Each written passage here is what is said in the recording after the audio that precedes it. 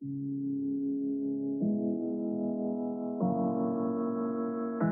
future of project management is changing fast. On Projectified with PMI, we'll help you stay on top of the trends and see what's really ahead for the profession and your career. For an easy way to stay up to date on Projectified with PMI, go to iTunes, Stitcher, Google Play Music, or pmi.org/podcast. Hello, I'm Stephen May, and this is Projectified with PMI. I'm here with my co-host Tegan Jones, and in this episode, we're looking at what it takes to solve problems in a fast-paced project environment. A lot goes into successful problem solving, especially when you're managing large-scale or complex projects. But when work is moving at breakneck speeds, it really amps up the pressure to find quick fixes that'll keep things moving forward. Yeah, I just saw a report from Deloitte that said one of the biggest differences that comes with working in the digital world is that business just moves at a much faster pace. And while disruption is still a very real issue, we're heading into what some are calling the post-digital era. In this sense, post-digital doesn't mean the end of digital, but rather that the term digital is just losing its relevance. And that's basically because every organization will soon be a digital organization. Yeah, that's really the reality in 2019. Even organizations in the most traditional sectors, so think banking, insurance, healthcare, they've accepted that the future is digital, and they've got to work faster in this environment. The Deloitte survey also found that digitally mature organizations are better at developing leaders, distributing decision-making, and responding to market shifts. And these are, of course, factors that all help facilitate problem solving in the face of uncertainty and rapid change. It's definitely easier for digital organizations to give project teams the flexibility they need to work faster. That's one of the things I heard from Chandra Shekar, who's the general manager of IT for Schneider Electric in Bengaluru, India. I recently spoke to him about how organizations can rethink the way project teams work to help them address issues more efficiently. That's coming up a little later in the episode. We're also going to discuss how cutting-edge technology can help teams speed up the problem-solving process. Roman Baranovsky, a services quality assurance lead for Microsoft, says artificial intelligence can help teams identify and deal with low-risk issues on a daily basis. We'll learn how he delegates decisions to both people and machines in just a few minutes. But first, we're going to hear from Christine Lee, Associate Director of Project Management at S&P Global in London. She has some interesting insights on how to solve problems quickly while working within a strict regulatory framework. Let's hear from her now. The pace of project in my space is really speeding up. The expectation is to deliver faster, to deliver more in a shorter time span. Now it's not just the information technology sector, it's across all sectors. If we want to respond to problems quickly in a highly regulated environment, then the best approach is to involve the relevant regulatory compliance stakeholders from the very beginning. So if we want to move faster, we can say that we do a technical proof of concept. And in the meantime, we engage with the relevant compliance team, legal team, so that we don't do things in sequence and we shorten the delivery time, but we still cover everything. It's common that the team will hit a wall, like there will be a blocker that's hard to remove. When we are in this situation, usually what I do is first to calm the team down, because it's hard for people to be creative when they are stressed or frustrated. Then to encourage them to come up with a creative solution, the key is to let them know the boundary. And what I mean by that is that, because what I found before, it's usually not because people are not creative enough. Quite often they don't take any action because they don't know whether they could do it or not, whether they are allowed or not. It always helps to draw the boundary and say, hey, this is the cost constraint, this is the time constraint. For example, this is the policies or the rules that we need to adhere to. So let them know the boundary and then give them the freedom to try and give them the freedom to fail. I find it useful to pause and take a step back, because my experience told me that we live in a changing environment. We live in a changing world. So while our project is going on, there are other things happen around us. So just to give an example, in one of my projects, the team tried to find out the right way to ingest data into our environment. They couldn't find a perfect way, because if we go with a flat file, there are constraints. If we want to use API, there are constraints. So nothing will fulfill our requirements. However, recently I just talked to my colleagues in other businesses. And there's a project going on in their space, and that project might actually solve my problem. So with what they try to achieve in that project, I might not need to ingest data anymore. I may be able to just query data in their environment. I think there are so many different ways a person can solve a problem, and there's no right or wrong way. Like, many different ways might work. Usually we don't need to find the perfect solution. We need to find the most appropriate solution based on the constraints, the environment. Right? So if we only have 1 week to solve a problem, our approach might be different compared to when we have 1 month to solve a problem. So be flexible and use what's appropriate. Even when you're working in a really constrained environment, creativity is such an important part of problem solving. And I think Christine was right when she said that if you empower team members to find the solution that works best for them, you might be surprised by the creative ideas they come up with. That kind of empowerment also helps people continually improve their problem-solving skills. And according to the World Economic Forum's Future of Jobs report, critical thinking, creativity, and complex problem solving are going to be increasingly important skills for organizations to develop over the next few years.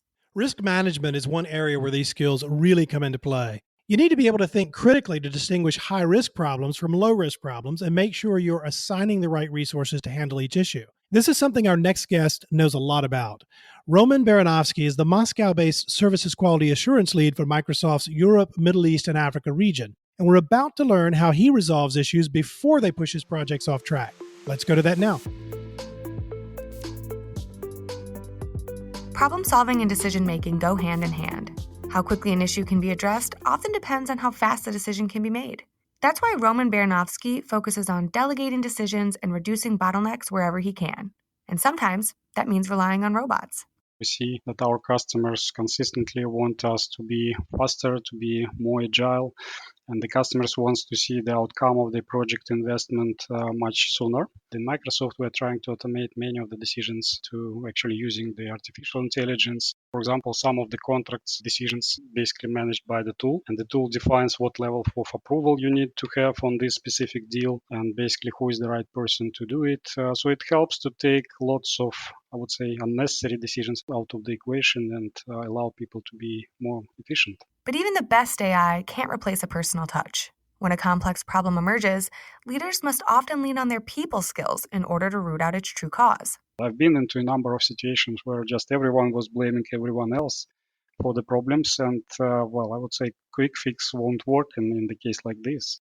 And basically, sometimes you need to go into details and try to understand for yourself, talking to different stakeholders and just looking into some of the artifacts that the project produced and just trying to understand what the real situation is. Roman recently faced this type of roadblock on a big ERP implementation for an important client. Well, whatever you can imagine can go wrong with the project was applicable to this project. It was like bright red. Delayed, over budget, unhappy team, and the customer actually threatening to terminate. So just all the problems you can think of. To get the project back on track, Roman engaged executive sponsors, fixed governance processes, and reassigned talent. He also identified scope gaps and timeline issues that he addressed with the client.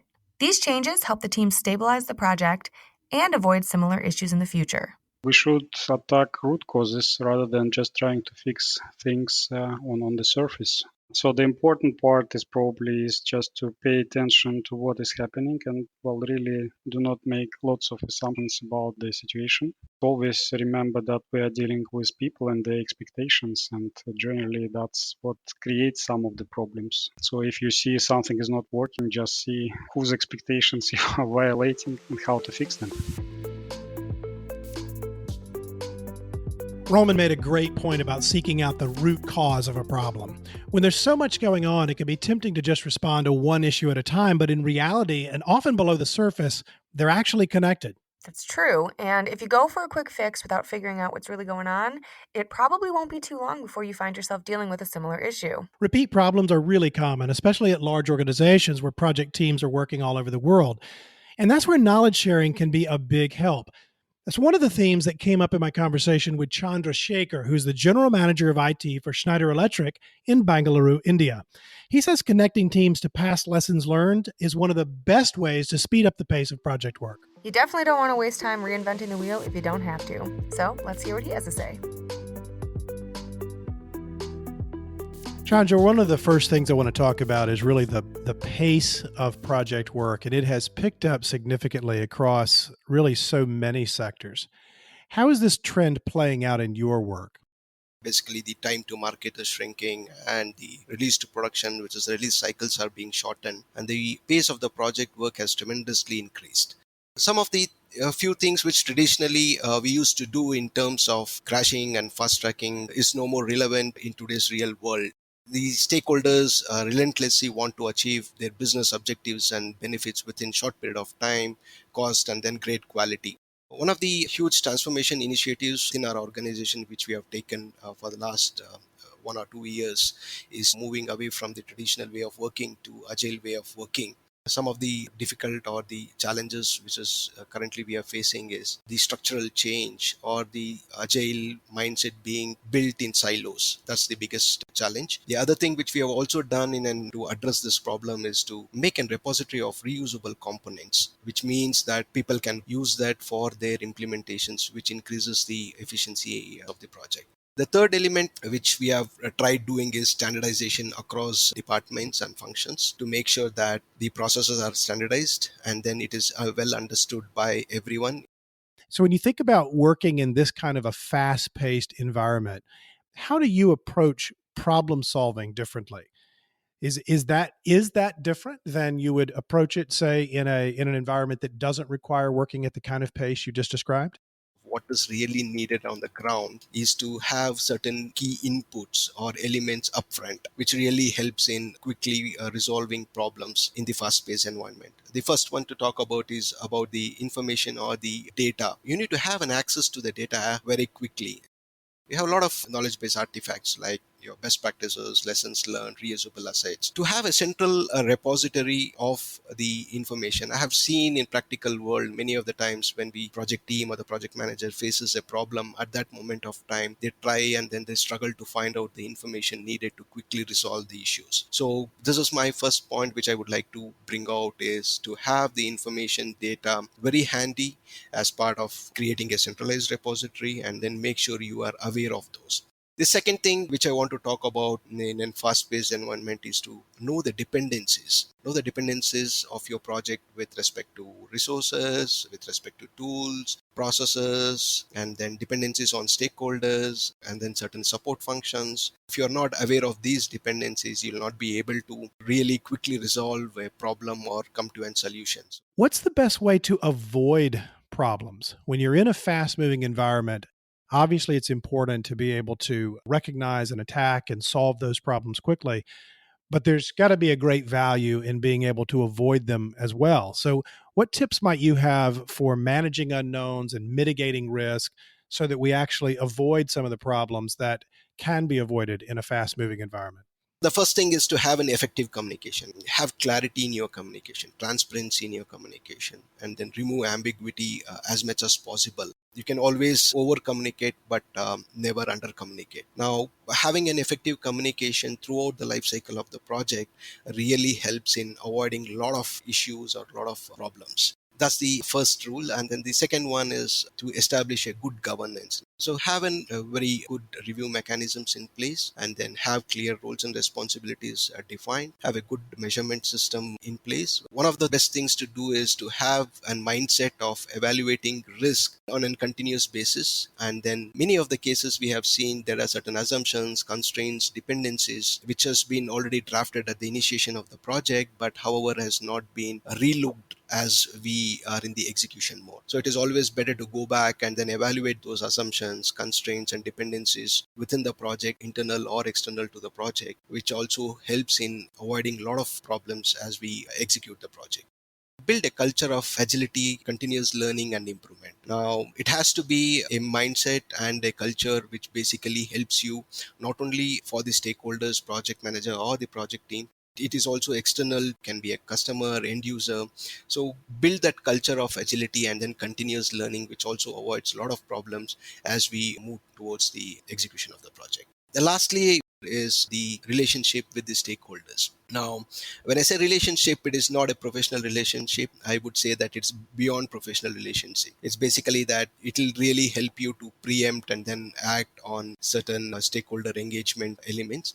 And then which also, there are many cases where I've seen the stakeholders come to rescue the project when it is needed or when you're in a challenging situation. I'm interested in your take on the mindset that can allow teams to continue to progress well and solve solutions well and to be creative. So, how do you inspire a team to come up with creative solutions when they are hitting major barriers, or as we might say sometimes, hitting the wall? How do you inspire them to continue to come up with creative solutions? So one of the things which I believe in is that not every solution need to be creative. So there are solutions available within the knowledge, within the people and the organization. So what I basically keep telling many of my project managers and program managers is there's enormous experience and knowledge within the people and organization. Go and tap it and then find out, take inputs from the people and the experiences which people have. The second important thing is allow people to explore ideas in their own means and strengths, because I believe that people have intrinsic intelligence to find out solutions to their problems. Once you give an environment and an avenue for them to explore ideas for themselves, they come out with a lot of creative ideas and then solutions. Keep motivating people to fail fast and then evaluate so that they can come back and then look at other alternate options and then look at other solutions. So the mindset of having the culture which you build around your organization in terms of failing fast and then evaluating the next best solutions is something which will also help. And then from a soft skill perspective, make sure that every resource is resilient and then train the resources to be for resilience, which really helps them to be creative in identifying the solutions for their problems. What's the one piece of advice that you would offer another leader who's struggling with persistent problems on their project or program? What's that highest priority one piece of advice? Build a culture of 3 E's. The first E is education. So when you say education, enable continuous learning. The continuous learning can be through certification, short-term programs, participating in industry forums and events. So that's the first E. The second E is about the exposure. Provide sufficient opportunities for the resources to get exposed to wide variety of scenarios, situations, challenges, work types, knowledge areas, which also enables them to continuously learn through exposure. The third E is about experience, which talks about equipping the project managers and the project team with right tools, techniques, skills, provide sufficient freedom, flexibility, and then space for them to think and have experiential learning. So I think if you allow having or building this culture of 3 E's, I think would be a great continuous learning journey and then really helps in a successful executing successful projects and programs. I think many of the problems can be addressed with having the education, exposure, and experience on a continuous basis. So execute on the 3 E's: education, exposure, and experience. And with that, Chandra Shekar, General Manager IT for Schneider Electric in Bangalore, India, has the last word. Chandra, it has been a pleasure talking with you. Thank you so much for joining us. Thank you, Stephen. It was a pleasure talking to you too. Thank you for listening to Projectified with PMI. If you liked this episode, you can subscribe on Apple Podcasts or Google Play Music. We'd love your feedback, so please leave a rating or review.